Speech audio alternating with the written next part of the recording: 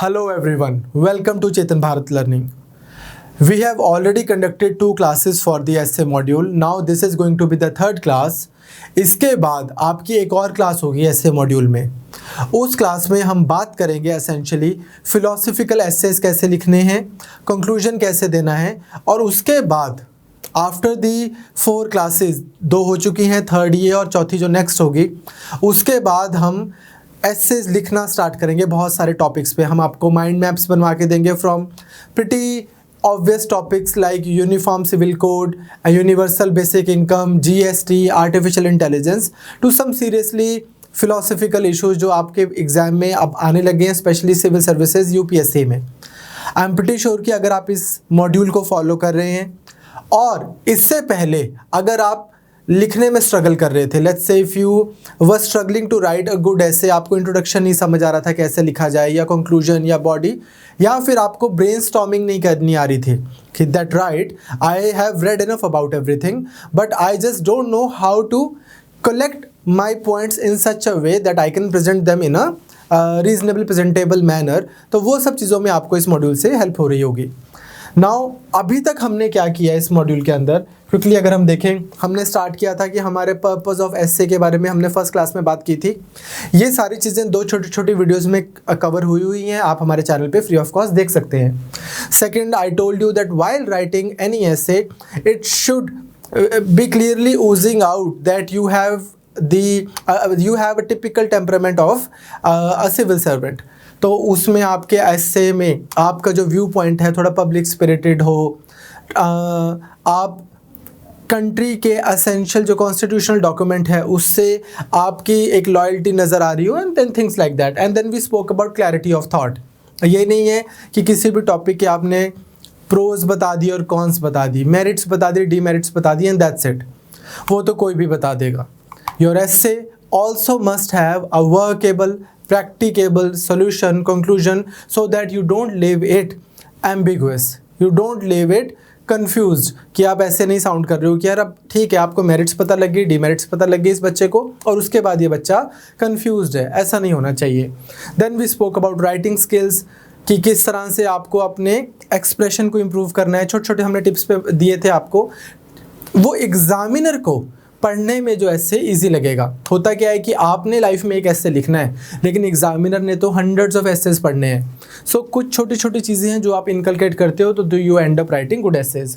Then we spoke about presentation, and then we talked about learning from different sources, एंड ये सब चीज़ें बस आपको एक क्विक रिकैप पहली 2 वीडियोज़ में हमने डिस्कस की है.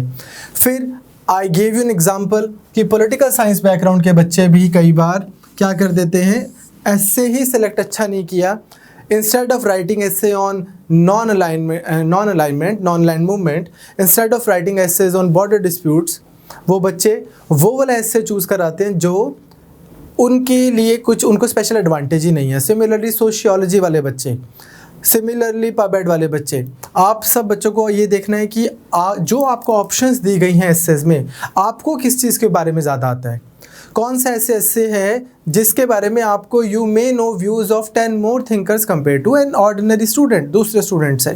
तो you have to play to your advantage. Then we talked about dissection of the topic को हमने जैसे हमने किया था एक टॉपिक कस्टमरी मोरालिटी के ऊपर, तो हमने इसको करके देखा था. एंड देन लास्ट क्लास हमने कंक्लूड की थी ऑन ओरिजिनलिटी एंड क्रिएटिविटी के ऊपर. Now in today's class we are going to talk about brainstorming. ये बहुत इम्पॉर्टेंट पार्ट है आपके एसे का. What is brainstorming?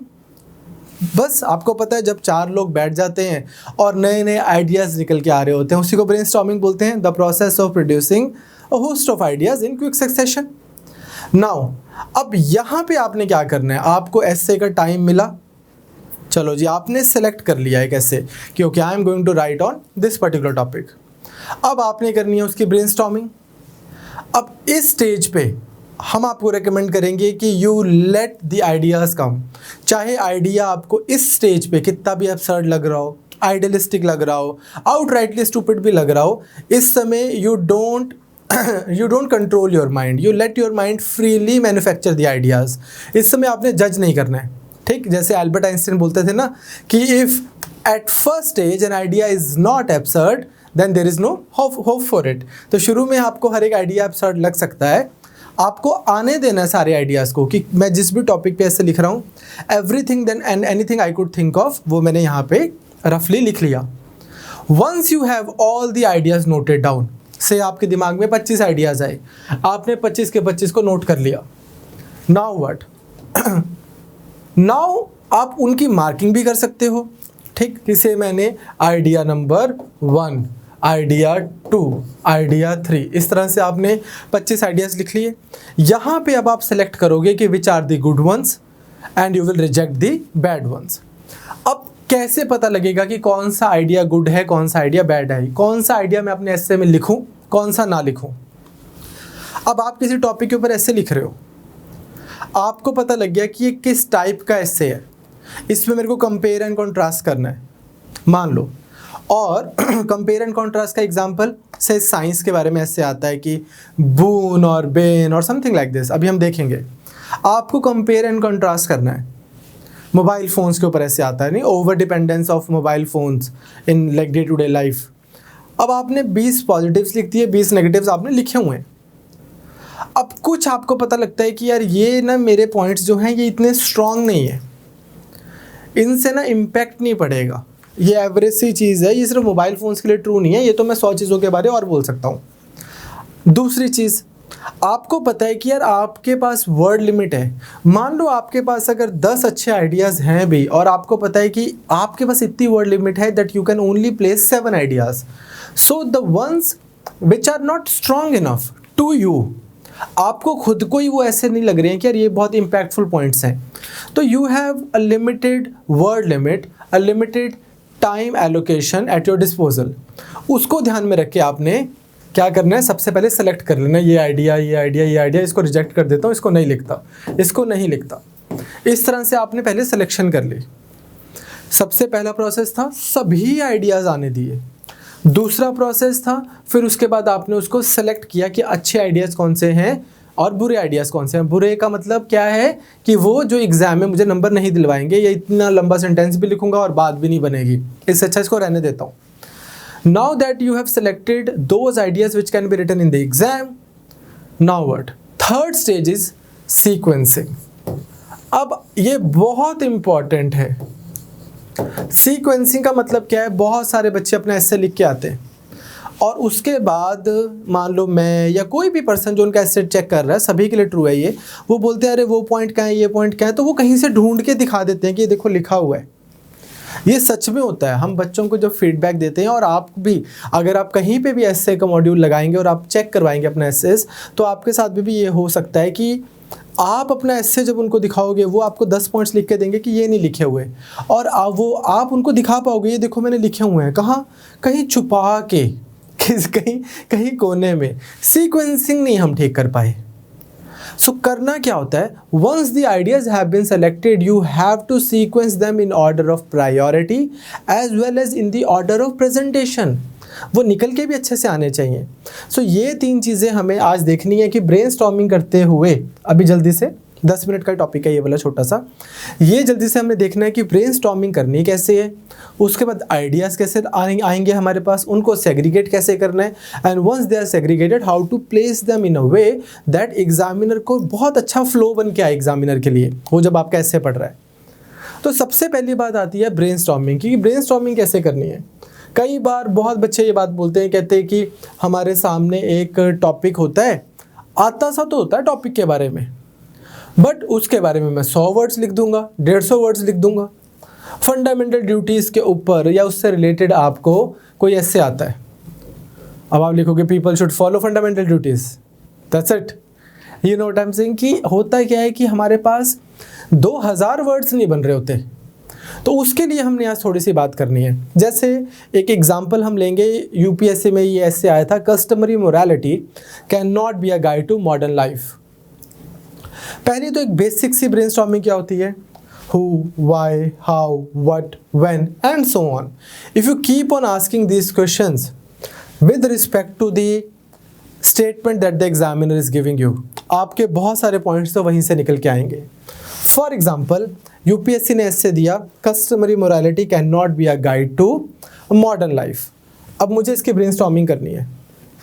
सबसे पहले मैं देख सकता हूँ व्हाट इज मोरालिटी, फिर now what is customary morality, what is life, what is modern life, how is modern life different from a traditional life, why we as a society tend to get guided by customary morality in first place, and why is this inappropriate, why that shouldn't be the case, why what should be the right approach to guide a modern life. Okay, if अगर वो examiner आपको statement दे रहा है कि that customary morality cannot be the guide, then what should be the right approach, and how can that right approach guide people to lead a modern life. अब आप सोचो कि अगर मेरे पास में 1 2 3 4 5 6 7 8 9 10 मेरे पास इस तरह के सवाल आ जाते एक स्टेटमेंट से रिलेटेड, और मेरे पास कुछ ऑप्शन ही नहीं थी। मान लो ये मेरा फेवरेट टॉपिक नहीं था। इन एन आइडियल वर्ल्ड ये वो स्टेटमेंट है जिस पे मेरे को ऐसे नहीं लिखना चाहता था मैं, बट बाकी तो मुझे बिल्कुल ही नहीं आ रहे थे। या इस बार यूपीएससी ने डिसाइड किया कि यार एक ही टॉपिक देंगे, मान लो। अब अगर मैंने ये 10 सवाल अपने आप को पूछ लिए, आप और 2 बना सकते हो, और मैं हर एक सवाल के ऊपर 100 वर्ड्स लिखता हूँ, तो भी वर्स्ट केस सिनेरियो में मेरे साथ में ये तो नहीं होगा ना कि मैं 1000 वर्ड्स लिख ही नहीं पाया, मुझे पता ही नहीं लिखा कि मैं लिखूँ क्या। You understand? तो सबसे पहली तो ये वाली चीज़ है। अब दूसरी बात कुछ ब्रेनस्टॉर्मिंग से रिलेटेड मैं बताना चाहता हूँ आपको। वैसे तो आपको रीजनेबल टाइम मिलता है एग्जाम में कि कितनी देर आपने ऐसे को देनी है, इसको ये आप इजीली प्लान कर सकते हो। फिर भी कुछ सजेशन जो मैं ब्रेनस्टॉर्मिंग के लिए आपको दूंगा, सबसे पहला, सेट अ टाइम लिमिट। अब ये पर्सन टू पर्सन वेरी करेगा। से मान लो आपको ऐसे आया टूरिज्म के ऊपर, आपको लगता है हाँ इस पे तो मैं कर दूंगा, मैंने बहुत योजना पढ़ी हैं, कुरुक्षेत्र में पढ़ा था एग्रीकल्चर टूरिज्म, दिस टूरिज्म, योजना में पढ़ा था मेडिकल टूरिज्म पे कभी कुछ आया था, कहीं और कुछ और, कहीं और कुछ और। नाउ आपको आता तो है पर बड़ा रैंडम दिमाग में 100 ख्याल है। तो आपने क्या किया, आप पहले ब्रेनस्टॉर्मिंग करने लगे। Tourism, what, when, how, when, ये सब लिखने के बाद टाइप्स, उसमें सारा एनी एब्सर्ड आइडिया, कहाँ पे, व्हाट कैन बी, कौन से शहर को इंडिया का लास वेगास बना सकते हैं, कौन से शहर को इंडिया का से मान लो पेरिस बना सकते हैं, देन सो ऑन। जो भी आपने लिखना आपने लिख लिया। Then you segregate, select good ones and reject bad ideas. Then third thing, अब आप उनको सीक्वेंस करते हो। ये जो सारी चीज़ आपने करनी है, इसके लिए आप एक टाइम लिमिट सेट कीजिए। ये नहीं है कि पौना घंटा हमारी ब्रेनस्टॉर्मिंग ही चली जा रही है। ये भी नहीं है कि बस एज यू गो आप आंसर लिखते रहे, कि आपने एकदम ऐसे लिखना शुरू कर दिया और you are writing points while you are reading, while you are thinking and writing both at the same time. That is not advisable either. So a 10% of your time, अगर आपको से मान लो 1.5 घंटा मिल रहा है, तो 15 मिनट आप अच्छे से सोच लीजिए, ताकि अगले 1 घंटा 15 मिनट आप बहुत फ्लो में लिख पाओ। And begin with the target problem. Why? Because it is very common to lose track of the problem with new ideas. क्या होगा, मैं भी अगर आपको बोलूँ, मान लो मैं आज किसी चीज़ के बारे में लिखना शुरू करता हूँ, आत्मनिर्भर भारत के ऊपर मैं लिखना शुरू करता हूँ बिना सोचे। पहले 10 मिनट में मेरे दिमाग में एक आइडिया आएगा, 28वें मिनट तक पहुँचते पहुँचते दूसरा कोई और आइडिया आ गया, 38वें मिनट तक अनदर, एंड 1 आवर तक अनदर। तो होगा क्या कि एक जो सूत्र में बांधना जिसको बोलते हैं, that your entire essay is weaved in a beautiful harmonious way, कि ऐसे एग्जामिनर उसको फ्लो कर पा रहा है, वो नहीं हो पाएगा। लेकिन अगर आपने पहले सोच रखा है अच्छे से 15 मिनट लगा के, then there is great likelihood that you will not lose the track of the problem with the emergence of new ideas, because you've already thought of a number of ideas. Therefore it is very very important to define problem precisely, कि यार ये क्या जो issue आया है मेरे सामने, जिस भी टॉपिक के ऊपर मैं लिख रहा हूँ। से मान लो आपको ऐसे आ गया इंडिया में एडोलेसेंट हेल्थ ऑफ वुमेन के ऊपर, आज 8 मार्च है, नेशनल वुमेन डे है इंटरनेशनल। तो लेट्स से आपको ये आ गया, तो आपको अच्छे से ब्रेनस्टॉर्मिंग आपने की हुई है, आप लूज़ नहीं करोगे track. So plan your goal and stay on the topic. पहली चीज़ आपको ये करनी है। दूसरी चीज़ ये करनी है। तीसरा, तो पहली हो गई टाइम लिमिट, दूसरा क्या है, अच्छे से आपने टारगेट प्रॉब्लम के साथ स्टार्ट करना है। तीसरा, refrain from a very strong judgment और harsh criticism। ये हमने इन जनरल ये देखना है, कोई भी इशू है पॉवर्टी से लेके और एजुकेशन, लैक ऑफ एजुकेशन और lack of health infrastructure and so on, या से इवन डीमोनेटाइजेशन भी अगर की सरकार ने, डीमोनेटाइजेशन पे आप कन्विंस्ड हो कि लोगों को बहुत ज़्यादा प्रॉब्लम हुई, I would suggest that it what you as an IAS aspirant, you shouldn't like put the entire blame on one person or one institution or one body। आप उसको भी आप बहुत सलीके से रख सकते हो उस चीज़ को। So try not to be negative about any solution, think constructive, refrain from very strong judgment or very very harsh criticism। of course let's say मान लो कुछ चीज़ें ऑब्वियस हैं, जैसे Indian judicial system is tardy. ठीक, हमारे judicial system में क्या होता है, एवरेज अगर हम देखें यूएसए कनाडा वगैरह में, it takes about 6 to 10 months for a particular typical case to get disposed of. हमारी कंट्री में average according to transparency international 8 से 10 साल एक एवरेज कोर्ट केस में लगते हैं। क्लियर? अब ये अगर आप ये लिखते हो कि हमारी कंट्री में कोर्ट केसेस में लोगों को समय लग जाता है बहुत ज़्यादा, तो आपने किसी का कोई हार्श क्रिटिसिज्म नहीं कर दिया, ये एक हार्श रियलिटी है, फैक्चुअली करेक्ट चीज़ है। पहली चीज़, अगर आपको लगता है कि हमारी कंट्री में जुडिशियल रिफॉर्म्स की बहुत ज़्यादा ज़रूरत है, तो आप कुछ गलत नहीं लिख रहे हो। According to Transparency International's perception report, few years ago it came out, it said that Indian judiciary is the second most corrupt institution in India according to their perception index after, I think, police।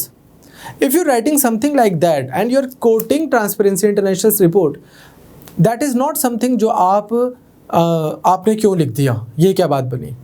Problem is जब आप लिख दो जज चोर है, जज पैसे खाते हैं, जज ये जज वो, नाउ अब आपने इंडियन जुडिशियल सिस्टम के जो भी प्रॉब्लम्स हैं सारी की सारी आपने वो लॉर्डशिप के ऊपर डाल दी। ठीक है, वो ये आपके पास क्या प्रूफ है भाई। ठीक, बट इसी चीज़ को अगर आप स्ट्रक्चरली लिख के आओ कि इंडियन जुडिशियल सिस्टम बहुत टार्डी है and according to transparency international report, grandfather जो है वो केस इंडिया में फाइल करते हैं, बेटे लड़ते हैं और पोते उस केस को विड्रॉ करते हैं। आर्य समाज केस था दिल्ली का, 36 इयर्स तक चलता रहा, उसको कोट करके उन्होंने ऐसा लिखा था।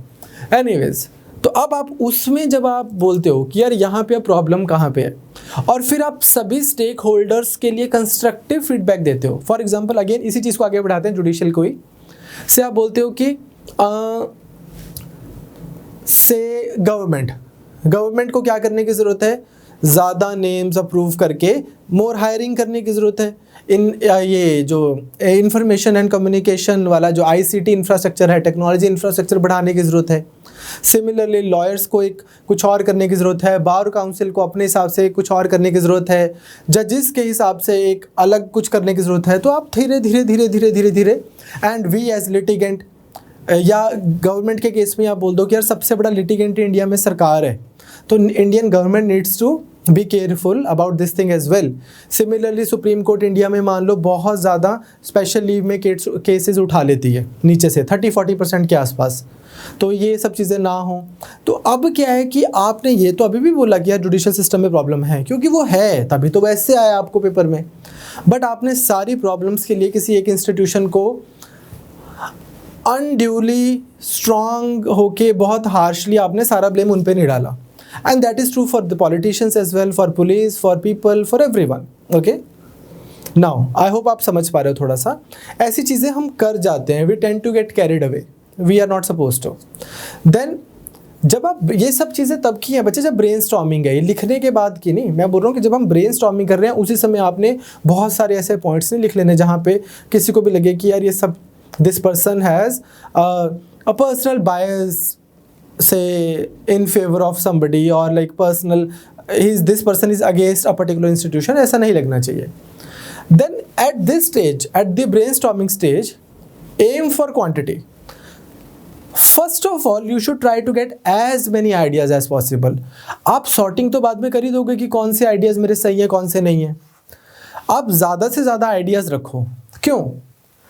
बिकॉज एक और प्रॉब्लम बच्चों के ऐसे में मैंने क्या देखी है, रेपिटेशन की। वही पॉइंट ऊपर लिखा हुआ है, उसी से नीचे मिलता जुलता पॉइंट नीचे आ गया, उसी से मिलता जुलता पॉइंट और नीचे आ गया। जैसे छोटे होते बच्चे, कोई एक बच्चा लिखता था metals are malleable, metals are ductile. On the other hand दूसरा बच्चा लिख देता था metals are malleable and ductile. You remember? तो वही चीज़ है यहाँ पे भी, आपने पॉइंट्स ज़बरदस्ती के ज़्यादा नहीं बनाने। एग्जामिनर के लिए फ्लो अच्छा बनाना चाहिए।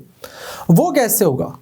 जब सबसे पहले आपने ब्रेनस्टॉर्मिंग में मैक्सिमम पॉइंट्स लिख लिए, अब you combine and improve ideas. This will help you reduce repetition. आपको पता है कि यार ये एक ही नेचर के मैंने 5 पॉइंट्स लिखे हैं, इन 5 पॉइंट्स को मैं इम्प्रोवाइज करता हूँ, इनके ऊपर इनको इम्प्रूव करके मैं 3 पॉइंट्स बना देता हूँ। वो ज़्यादा मेरी लाइंस में उसको ये नहीं लिखेगा एग्जामिनर को कि हाँ यार अब चेंज भी करो मुद्दा, वही चीज़ आप बार बार लिख रहे हो। You keep one thing in mind कि एग्जामिनर का आपके एस्से में या आपके मेंस आंसर में इंटरेस्ट बना रही है, आपकी रिस्पॉन्सिबिलिटी है।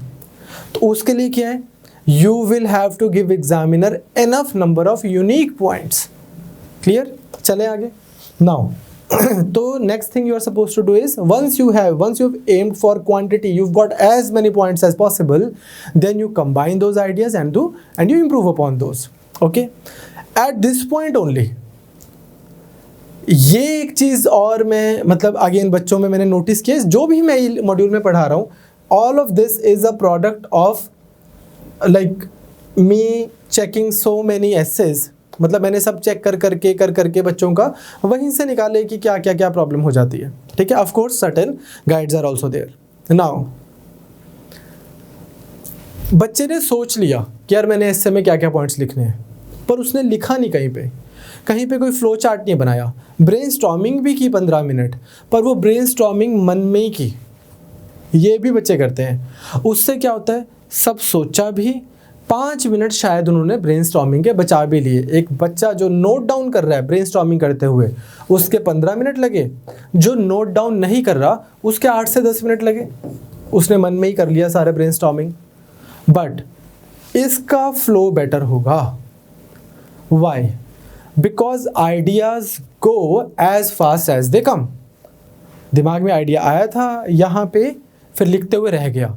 फिर ये आइडिया कैसे निकल के आया? 1.5 घंटा जब लिख रहे थे, एकदम से एंड में याद आया, कंक्लूजन लिख लिया, उसके बाद में ऐड कर रहे हैं ऑल्सो।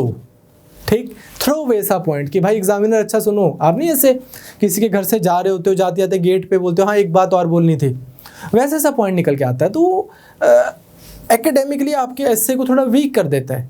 वही चीज़ अगर आपने कहीं पे लिखी होगी, आप उसको अच्छे से वेल प्लेस्ड कर सकते हो अपने एस्से के अंदर। Okay, so noting down will help you bring ideas to life as soon as the brainstorming is over. और एक और चीज़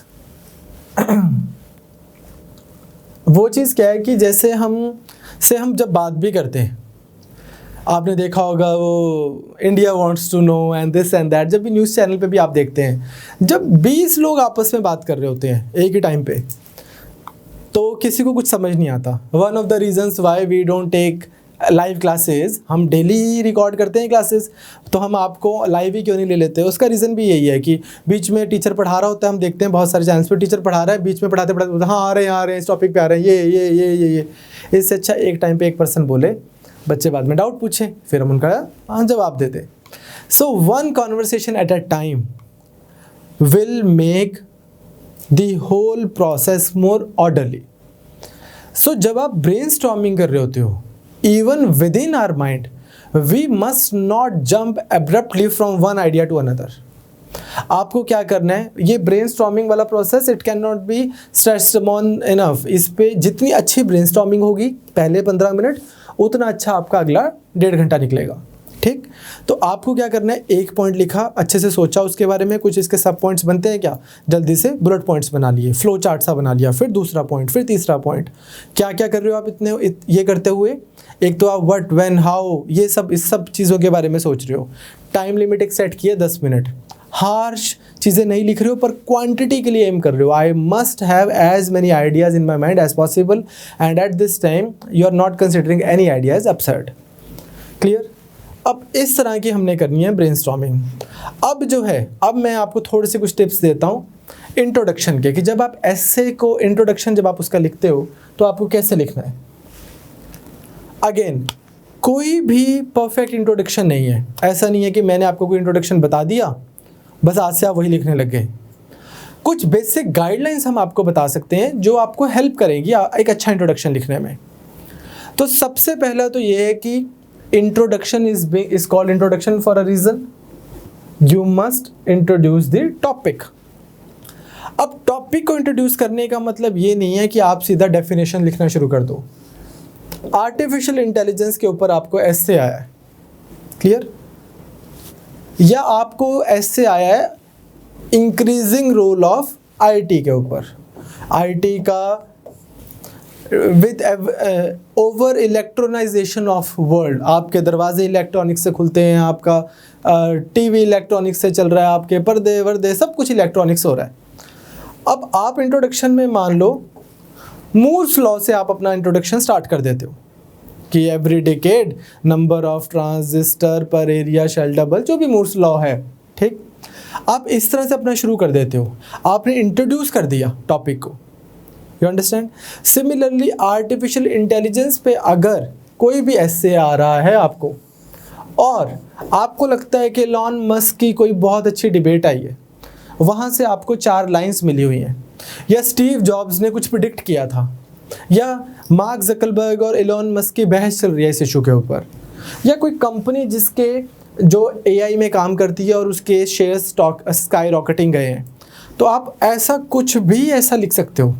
इंट्रोड्यूस करने का मतलब ये नहीं होता कि artificial intelligence is intelligence when this augmented reality के ऊपर, आपको वर्चुअल रियलिटी के ऊपर किसी भी चीज़ पे आपको सवाल आ रहा है तो इट डजंट मीन कि आपने डिक्शनरी वाली उसकी डेफिनेशन से स्टार्ट करना है, बट इंट्रोड्यूस कर देना टॉपिक को, एग्जामिनर को पता हो कि हाँ ये इस तरह से जा रहा है ये ऐसे। पहली। Second thing that you should do in your introduction is you should set the tone of what to expect next in the subsequent paragraph. बहुत बार ऐसा हो जाता है कि इंट्रोडक्शन किसी और ही प्लेन पे है और अगला पैराग्राफ एकदम से किसी और ही प्लेन पे आ जाता है। उसका कोई रिलेशन होना चाहिए with the body. Introduction, body and conclusion should be organically linked. ये नहीं है कि ये मेरा इंट्रोडक्शन, मैंने हेडिंग भी लिखते हैं बहुत बच्चे ऐसे ही लिखने लग जाते हैं, इंट्रोडक्शन ऐसे करके, फिर ये लिखा, फिर बॉडी, फिर ये लिखा, फिर कंक्लूजन, फिर ये लिखा। इतनी स्पून फीडिंग नहीं चाहिए आपके एग्जामिनर को। वो अपने आप पता लगा लेगा कि क्या इंट्रोडक्शन है, क्या बॉडी है, क्या कंक्लूजन है, प्रोवाइडेड आपने वैसा लिखा हुआ है। ये 3 चीज़ें ऑर्गेनिकली लिंक्ड होनी चाहिए, clear. And your introduction should create curiosity and not mystery. बहुत बार ऐसा भी होता है कि क्यूरियोसिटी क्रिएट करने के लिए टॉपिक में कुछ ऐसा लिख दिया जाता है क्रांतिकारी। अब यही है कि हम ऑफलाइन क्लास में नहीं पढ़ा रहे हैं यहाँ पे, नहीं तो हम आपको कुछ एग्जांपल्स भी दे पाते। ऑनलाइन में क्या है कि थोड़ा सा संभल के बोलना पड़ता है। तो बहुत बच्चे ऐसे हैं जो क्यूरियोसिटी की जगह पे एक मिस्ट्री सी क्रिएट कर देते हैं इससे में। वो नहीं करनी है, वो नहीं करनी है, क्लियर। अब कुछ टेक्निक्स मैं आपको बताना चाहता हूँ, वो क्यों मैं बोल रहा हूँ कुछ ना कॉमन वो हैं अंडरस्टैंडिंग्स हैं जो कि सही भी हैं। अरे अच्छा ऐसे लिखना है, कोट्स डालने होते हैं, डेटा डालना होता है, बट हर चीज़ को अपने एस्से में इनकलकेट करने का एक राइट तरीका है। कोट्स हों, पर कौन से कोट्स हों, पर किस कॉन्टेक्स्ट में। मैं आपको उसका एग्जांपल बता रहा हूँ। सबसे पहले तो यू शुड अवॉइड क्लीशेज। ये नहीं कि टॉलरेंस पे एस्से आया है, पीस पे एस्से आया है, नॉन वायलेंस पे एस्से आया है, और मतलब अगर 1000 बच्चों ने एस्से लिखा है तो आपको भी पता है कि 800 बच्चों का एस्से में स्टार्ट यहीं से हो रहा होगा, an eye for an eye makes the whole world blind, Mahatma Gandhi ji ऐसा बोलते थे। अब ये बहुत क्लीशेड सा वो हो गया, इंट्रोडक्शन हो गया। तो आपको लिखना अच्छा इंट्रोडक्शन ही है। आपको कोई कोट भी लिखने हैं, बट आपको खुद को पता होगा कि यार ये बहुत ज़्यादा ओवर यूज्ड हो गया इस टॉपिक पे, सब बच्चों ने ये लिखा होगा। इसका मतलब ये भी नहीं है that you create your own quote. वहीं पे लिखो कि यार हिटलर ने भी बोला था deep down inside I also believe in non violence. तो ऐसा कुछ नहीं करना है, but you understand what I am saying. Second, quotations में ही मैं आपको बोलना चाहता हूँ कि कोटेशंस है क्या, wisdom in a few words. So वैसे तो जो बच्चा डेली न्यूज़पेपर पढ़ता है 1 साल, यूपीएससी की प्रिपरेशन 1 साल लगती है। आप जो पंजाब पीसीएस का भी मेंस लिख रहे हैं उनके साथ में तो मतलब पंजाब पब्लिक सर्विस कमीशन ने बॉम्ब भी गिरा दिया कि लो भाई 1 महीना तुम्हारे पास तैयारी कर लो, तो वो एक चीज़ है।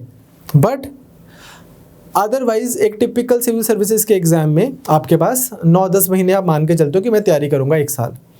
उस 1 साल में आप न्यूज़पेपर पढ़ते हो, उस 1 साल में आप बहुत सारी बुक्स पढ़ते हो, तो ऑटोमेटिकली आपके पास में काफ़ी सारे फेमस कोटेशंस और टॉपिक्स के ऊपर फेमस कोई भी सेइंग्स हैं जो आपके पास इकट्ठी हो जाती हैं। स्टिल आई वुड सजेस्ट कि कुछ there are certain issues, for example peace, democracy, equality, secularism, youth, honesty, feminism, food, hunger, religion, justice, बहुत बड़ा एक टॉपिक है, वर्च्यू, ठीक, इस तरह की चीज़ें। इन सब चीज़ों के ऊपर आपने अपने पास you should keep a repository of quotes. आपके पास पीस को लेके, डेमोक्रेसी को लेके, इक्वालिटी को लेके, ठीक, it is say Aristotle says that it is a sin to treat equals unequally and unequals equally, और इस तरह से all the way to say modern day में जॉन रॉल्स की कोई स्टेटमेंट है, अगर वीकर लिंक से रिलेटेड कोई आइडिया है, वो सब आपको veil of ignorance this that अपने पास आपने रखनी है। हम तो आपको करवाते ही हैं, जब आपको पूरा साल पढ़ाते हैं तो पॉलिटी वाले सर जो होंगे वो दुनिया भर के पॉलिटी के आइडियाज़ देंगे आपको, जॉन लॉक ने क्या बोला था, हॉब्स ने, रूसो ने, इसने उसने, है ना। तो जैसे आज लाइक आई सेड, आज वुमेंस डे है, तो women of the world unite, you have nothing to lose but your chains, Karl Marx ने बोला था ना, workers of the world unite. तो पॉइंट मेरा क्या है, आपको पहले ही बहुत सारी चीज़ें ये अपने पास तैयार रखनी है, क्योंकि आपको पता है इन इश्यूज़ के ऊपर ऐसे आएगा। जैसे आजकल फार्म बिल के ऊपर इतनी इश्यूज चल रही है, तो एक कोट है that the farmer is always going to be richer next year. हर बार फार्मर को यही दिलासा दिया जाता है कि अगले साल से तुम बहुत पैसे कमाओगे। क्लियर। तो इस तरह से आपको याद रखना है। रिलीजन पे जैसे minorities are the custodian of constitution, और secularism, minorities are the custodian of secularism. I think DE जीन की या ऐसे कोई स्टेटमेंट है। एनीवेज, आइडिया आपको समझ आ गया कि कुछ बेसिक टॉपिक्स के ऊपर आपको कोट्स याद करने हैं। ये नहीं है कि आपने कोटेशन की एक किताब खरीद ली और उसको आप कवर से कवर पढ़ रहे हो। I look at so many students जिन्होंने 2 साल बाद पेपर देना है, 3 साल बाद पेपर देना है, they start doing that. I don't think कि उनको याद रहेगी या उनके इस तरह से काम भी आएगी। That is a very mechanical way of developing your skills, कि आपने कोटेशन की बुक उठा के आप बस लगे हुए हो, कॉन्टेक्स्ट में आप उसको पढ़िए। Next, shorter quotes are easier to memorize. वो 5-5 लाइन्स के कोट्स आपको याद रखने की ज़रूरत नहीं है। तो पहला तो ये है कि कुछ टॉपिक्स पे अपने कोटेशंस याद रख बना के रखिए। दूसरा है बच्चे, कुछ लोग हैं जैसे कि Steve Jobs, Mahatma Gandhi, Abraham Lincoln, Friedrich Nietzsche, ठीक, इनके भी बहुत सारे कोट्स इंपॉर्टेंट होते हैं, जैसे कि the problem is not that you lied to me, the problem is that I won't be able to trust you any more, ऐसे वाले। फ्रेडरिक नीत्शे इनके, या फिर कोई करंट स्लोगन्स चल रहे होते हैं जैसे कि minimum government, maximum governance, Beti Bachao Beti Padhao, इस तरह के कोट्स, भारत एंड इंडिया, इस तरह के जो भी स्लोगन्स चल रहे हैं उनको भी आपने अपने पास रखना है, ताकि, और इसको इस तरह से ही पढ़ना है कि यार किसी दिन ये मैं ऐसे में यूज़ करूँगा, मेंस में यूज़ करूँगा। अब एक चीज़ जो मैंने मतलब 2-3 स्टूडेंट्स के एक्सपीरियंस से सीखा, रिलीजियस टेक्स्ट के कोट्स हम यूज़ कर सकते हैं क्या? मान लो भागवत गीता के कोई कोट बहुत बड़ा, कर्म करो फल की इच्छा मत करो, कुरान का कोई कोट, श्री गुरु ग्रंथ साहिब का कोई कोट, और एनीवेज ऐसे वाला है। नाउ इसमें आपको यूज़ करना आना चाहिए। These quotes definitely lend weight to your writing and create good impression, but be careful. You will have to use them very appropriately without giving your essay a religious communal flavor. ऐसा नहीं लगना चाहिए कि थोड़ा communal flavor नहीं आना चाहिए, कई बार ऐसे बच्चे यूज़ कर लेते हैं। Next, अब जैसे मैं आपको एग्जाम्पल देता हूँ कि has RTI Act outlived its utility? अब इसमें अगर आप कुछ ऐसा कोड लिख देते हैं, knowledge is power, information is power, और द सीक्रेटिंग और hoarding of information may be an act of tyranny camouflaged as humility. You understand? आप इस तरह से यूज कर सकते हैं, कोड्स आपने यूज करने हैं। दूसरी चीज, पहला आपको इंट्रोडक्शन में समझ आ गया कि आपको क्या करना है, आप कोड्स यूज कर सकते हैं बट अवॉइड क्लीशेड्स। सेकंड, स्पेशली जब कोई ऐसे ज्योग्राफी से रिलेटेड हो, इकोनॉमी से रिलेटेड हो, मार्केट से रिलेटेड हो, यहाँ पे आपको क्या करना चाहिए, ensure that you provide some facts and figures, use latest data, relevant data. For example, South China Sea के ऊपर आपको भी ऐसे आया हुआ है। नाउ इसमें आपके पास अगर कोई डेटा है कि पिछले 1 साल में चाइना ने this many number of times यहाँ पे एक्ट ऑफ एग्रेशन किया है, वो कोई रिपोर्ट है कोई अच्छी सी, आप उसको मेंशन करेंगे, डेफिनेटली आपको मार्क्स मिलेंगे। Similarly economic recovery post Covid के ऊपर आपको कोई ऐसे आया हुआ है, तो आपके पास कोई फैक्ट्स है, कोई डेटा है कि न्यूजीलैंड ने इतना पैसा इस सेक्टर में लगाया है और बाकी डेवलपिंग कंट्रीज से ब्राज़ील ने इतना लगाया है, this is their road map to get out of this recession post covid, this is India's road map. तो डेफिनेटली इट विल हेल्प। आपको क्या करना है, इसमें डेटा जो है वो रेलेवेंट होना चाहिए, डेटा जो है वो लेटेस्ट होना चाहिए। अब ऐसा नहीं है कि से मान लो डेमोग्राफी पे आप कोई ऐसे लिख रहे हो और आपकी जो नॉलेज है वो 2011 के सेंसस पे या 2001 के सेंसस पे ख़त्म हो जाती है। You must use latest data, you understand. और इसी में आपने एक चीज़ और देखनी है कि हर एक टॉपिक के कुछ डोमेन एक्सपर्ट्स होते हैं, उनके कोड्स, उनके व्यूज़ वो आपको लिखने हैं। मैं एग्जांपल दे रहा हूँ आपको, यूपीएससी में आपको ऐसे आया था, if development is not engendered it is endangered. Development में अगर ladies, women, half of the population having less than 1% of the property control, अगर वो वाली, अगर हमारी डेवलपमेंट एंजेंडर्ड नहीं है तो फिर वो एंडेंजर्ड है। तो इसमें मैं क्या कुछ कर सकता हूँ, कोई ग्लोबल जेंडर गैप रिपोर्ट आई होगी लेटेस्ट, इंटरनेशनल लेबर ऑर्गेनाइजेशन ने वुमेन का लेबर फोर्स पार्टिसिपेशन रेट के ऊपर कुछ बोला होगा। सिमिलरली ऑक्सफैम जैसी ऑर्गेनाइजेशन जो है वो लेटेस्ट रिपोर्ट्स देती हैं। यूनाइटेड नेशन रिपोर्ट निकालते हैं जो जेंडर वो वाली इनइक्वालिटी रिपोर्ट निकलती है, जो ह्यूमन डेवलपमेंट रिपोर्ट जेंडर वाली, वो सब में हम उन सबको अगर फैक्ट्स और फिगर्स के साथ पेश करेंगे तो आपका इंट्रोडक्शन अच्छा होगा। तो पहला क्या है, you can start with a quote but it has to be relevant and shouldn't be a very cliched. Second, in your introduction you can inculcate some facts and figures और some even domain experts के views से शुरू कर सकते हैं। तीसरा आप चीज़ जो कर सकते हैं, you can start with a story और anecdote। इसका एग्जाम्पल यूपीएससी में एक बार ऐसे आया था, words are sharper than the two-edged sword। दो धारी तलवार से ज़्यादा तीखे होते हैं शब्द। आपको एनेक्डोट से स्टार्ट करना, आप कर सकते हैं। हम सबको पता है वो फेमस स्टोरी कि हस्तिनापुर में Pandavas they had constructed this beautiful palace and then when Duryodhan visited that palace and then उसको कुछ मिराज लगा and he fell down and Draupadi mocked him by saying blind son of a blind father and that like stayed with Duryodhan for far too long. Eventually one thing leading to another resulting in Mahabharat at Kurukshetra। मतलब शब्द इतने कठोर हो सकते हैं। और similarly ऐसा भी बोलते हैं कि Donald Trump was mocked a lot in one of the events and that's where he decided that I am going to contest the election for the president and look he eventually did and then world had to bear Donald Trump for 5 years okay। तो the point is this कि words are sharper than the two-edged sword। इस तरह से आप कोई anecdote से शुरू कर सकते हैं महाभारत की कहानी। ऐसे एक और चीज़ जो आप कर सकते हैं वो है क्वेश्चन से आप इंट्रोडक्शन स्टार्ट कर सकते हैं।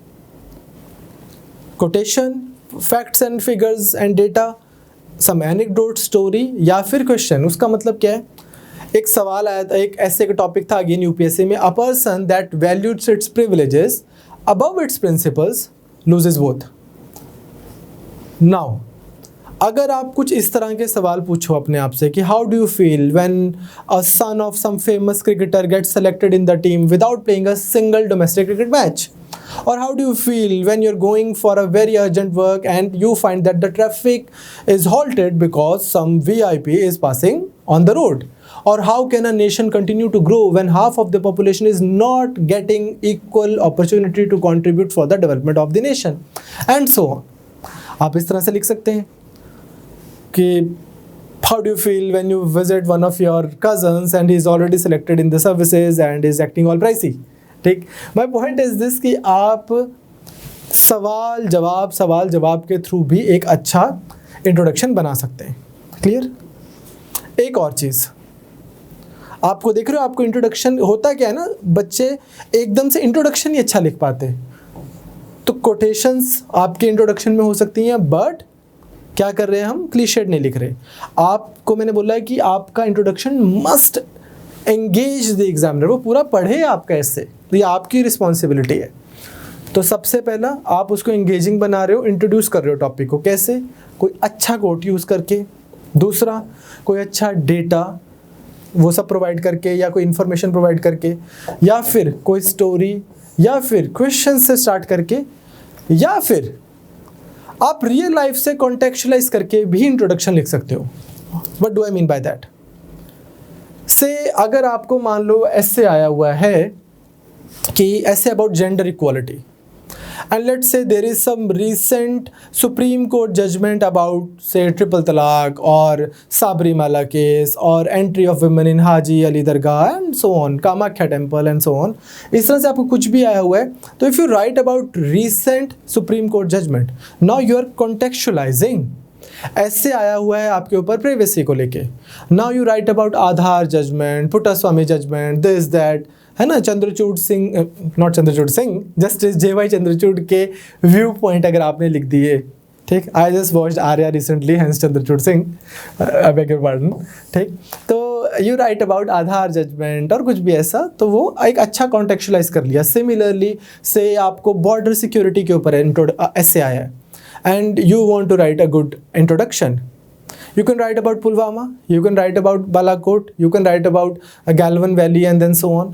तो इस तरह से आप बहुत सारे तरीके हैं इंट्रोडक्शंस लिखने के। आपको जब ये सोचा हुआ होता है, जब ये दिमाग में होता है, आपने नोटिस किया हम आपको इस पूरे मॉड्यूल में ऐसे वाले में ऐसी कौन सी ऐसी चीज़ बोल रहे हैं जो आपको ऑलरेडी नहीं पता थी। Most of the things you already know, that's why you are preparing for IAS। But होता क्या है कि once we start preparing for civil services, we are so overwhelmed with the coverage part, history, geography, economy, polity, environment, that we hardly pay any attention to our writing skills. Eventually we end up getting 80 marks in essay, और फिर आपको पता लगता है कि मुझे आता तो सब कुछ है पर मेरे मार्क्स अच्छे नहीं आ रहे। तो राइटिंग स्किल्स को भी आपको पैरेलली शार्पन करना है, यही चीज़ों को आपने ध्यान में रखना है। तो अब आपको पता होगा कि मैं इंट्रोडक्शन ये वाले टॉपिक का किस तरह से स्टार्ट करूँ।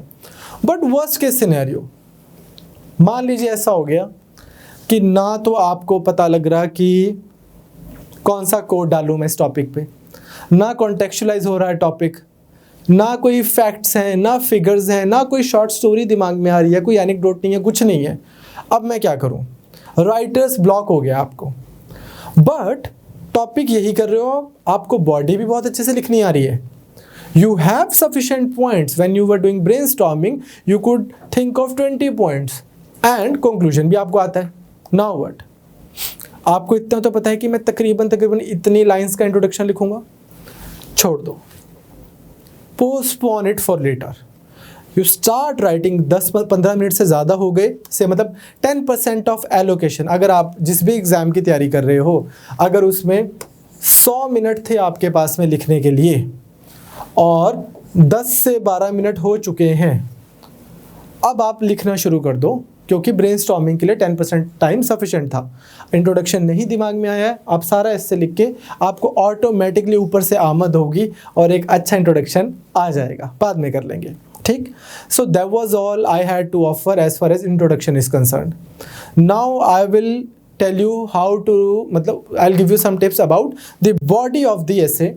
कोई भी जो एक ऐसे में बॉडी हम अच्छी कैसे लिखे। हाउएवर बॉडी के लिए हमारा कल का भी जो लेक्चर है उसमें हम 3 चीज़ों पे ही बात करेंगे, बॉडी, कंक्लूजन, एक इसके ऊपर बात करेंगे, एक फ्लो ऑफ एन एसे, और तीसरा how to write a philosophical essay. इन 3 चीज़ों पे हम बात करेंगे। तो लेट्स स्टार्ट विद बॉडी। ये थोड़ा सा हम आज भी देख लेते हैं। अब कुछ ना कॉमन टाइप्स हैं एसेस की। आप जितने भी प्रीवियस ईयर पेपर्स उठाओगे उनमें आप तकरीबन सभी एसेस को you can place them among these categories. One is philosophical essay, हमने इतने सारे किए, reality finds wisdom, this that, ये अभी हमने किया था, customary morality can not be guide to a modern life. दूसरे एक इस टाइप के ऐसे हैं जो बहुत कंपेयर एंड कॉन्ट्रास्ट वाले प्लेन पे है। क्लियर? कंपेयर एंड कॉन्ट्रास्ट में यही अभी जैसे आपने देखा कि say artificial intelligence, way to prosperous future, और is it a future of jobless growth, कुछ भी ऐसा आ सकता है।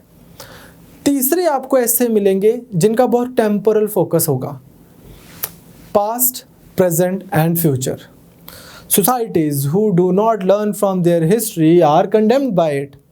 इस तरह के आपको बहुत सारे टॉपिक्स आ सकते हैं। किसी भी चीज़ के एवोल्यूशन के ऊपर आपको अगर कोई ऐसे आ रहा है, say casteism in India, how it has always been like one of the like strongest impediments of just person to person integration in India, ऐसा कुछ भी अगर आपको आ रहा है तो वो आपको थोड़ा टेम्पोरल फोकस रहेगा, past, present and future. Then कुछ ऐसेज होंगे जिनको आप बहुत सोशल सेगमेंटेशन के अराउंड रिवॉल्व करते हैं कि इंडिविजुअल पे उसका क्या इम्पैक्ट है, family, society, country, world. And then there are certain essays जिनका सेक्टोरल ब्रेकअप हो सकता है, social, political, economic, legal, historical, environmental and so on. तो मैं आपको सबके थोड़े एग्जाम्पल बताता हूँ सो दैट आपको पता लगे कि इस तरह से हम बॉडीज़ को बना सकते हैं इसकी। फिलोसफिकल को अभी के लिए आप छोड़ दो, बिकॉज कल की क्लास में मैं आपको अच्छे से बताऊँगा कि फिलोसफिकल एसे को कैसे आप बेटर अप्रोच कर सकते हो। दूसरा, कंपेयर एंड कॉन्ट्रास्ट। इस टाइप के जो एसेज होते हैं, science and religion, science and mysticism, are they even compatible? जो से मैंने कोई दवाई ली और एट द सेम टाइम मेरी मम्मा ने मेरी नज़र उतार दी, किसने मुझे ठीक किया इवेंचुअली? ठीक, एक मूवी थी ना भूल भुलैया, ऐसे science and mysticism, are they even compatible? Then globalization versus nationalism, again compare and contrast.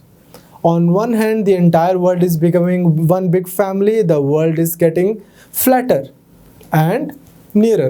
At the same time, अगर पाकिस्तान के लोग इंडिया में आके जॉब कर सकें, इंडिया के लोग पाकिस्तान में जाके जॉब कर सकें, बांग्लादेश के लोग इंडिया में आ सकें, पाकिस्तान के बांग्लादेश में जा सकें, एक दूसरे के गुड्स भी एक दूसरे कंट्री में जा रहे हैं, सर्विसेज भी जा रही हैं, सब कुछ हो रहा है ऐसा, that is globalisation and that is the case with the entire world. तो फिर बनाए ही क्यों थे देश? ठीक। ऑन द अदर हैंड दूसरा आइडिया है नेशनलिज्म का, तो आर दे एसेंशियली इररिकंसाइलेबल और are they reconcilable, can they go hand in hand? इस तरह के कंपेयर एंड कॉन्ट्रास्ट वाले टॉपिक्स होते हैं। Crisis faced in India, are they moral और इकोनॉमिक? हिंदुस्तान में प्रॉब्लम क्या है, मॉरल, इकोनॉमिक, थोड़ा कंपेयर एंड कॉन्ट्रास्ट करना है। फिर टेम्पोरल फोकस वाले, जैसे कि टेम्पोरल में एक एवोल्यूशन, जैसे कि innovation is the key determinant of economic growth and social welfare. अब आपको देखना है कि वो कंट्रीज या वो सोसाइटीज़ जहाँ पे इनोवेशन का कल्चर रहा, और ये भी आपने दिखा देना उस समय कि ऐसा नहीं है कि किसी सोसाइटी का पेटेंट है, किससे, मान लो ब्रिटिश सोसाइटी है, आज से 1000 साल पहले भी इनोवेशन सेंट्रिक थी, 500 साल पहले भी थी, आज भी है और 500 साल बाद भी रहेगी। या कोई इंडियन सोसाइटी है, आज से 1000 साल पहले भी साइंटिफिक टेम्परामेंट नहीं था, 500 साल पहले भी नहीं था, आज भी नहीं है और 500 साल बाद भी नहीं रहेगा। आपको दिखाना है कि इनोवेशन का culture is not just society centric, but at the same time it is a function of time as well. Different societies different times में उन्होंने इनोवेशन को एम्ब्रेस किया है, और फिर हर सोसाइटी के डार्क एजेस आए हैं। तो इस तरह के जो टॉपिक्स हैं यहाँ पे आप थोड़ा टेम्पोरल फोकस दोगे। Customary morality can not be a guide to modern life.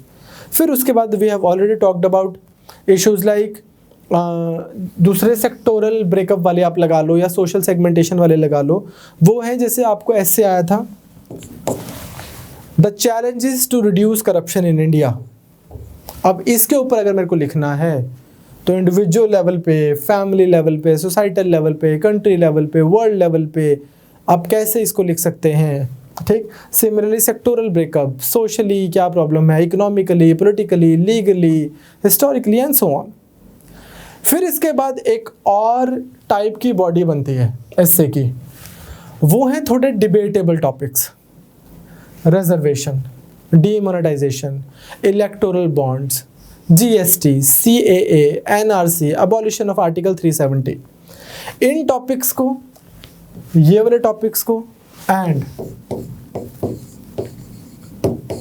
Philosophical topics को, इनको कैसे अप्रोच करना है ये हम आपको बताएंगे नेक्स्ट क्लास में। Next class is going to be the last class for this essay module. उसके बाद हम बनाना शुरू करेंगे टॉपिक्स के माइंड मैप्स, ठीक है। तो take care, all the best.